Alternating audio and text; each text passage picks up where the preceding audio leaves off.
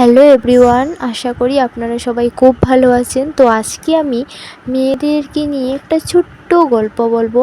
আশা করি আপনাদের ভালো লাগবে। আর যদি গল্পতে কিছু ভুল ত্রুটি হয়ে যায় তবে কমেন্টে বলে দিও, ঠিক আছে? তো গল্পটা কি, শুরু করা যাক।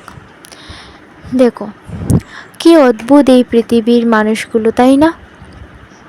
50-60 বছর সংসার জীবন পার করে মেয়েদের যখন শুনতে হয়, তুই কার ঘরে থাকিস, এই বাড়ি থেকে বের হয়ে যা, সেই বাড়িটিকে আমি কখনোই নিজের বাড়ি বলবো না।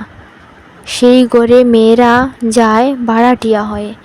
বাড়িওয়ালাদের যেমন মাস শেষে ভাড়া দিতে হয়, 1 মাস ভাড়া না দিলে নোটিশ পেতে হয়, ঠিক সারা জীবন এত কাজ করার পরও একটা ভুল হলে স্বামী শ্বশুর নামের বাড়িওয়ালারা নোটিশ দিয়ে দেয় বাড়ি ছাড়ার।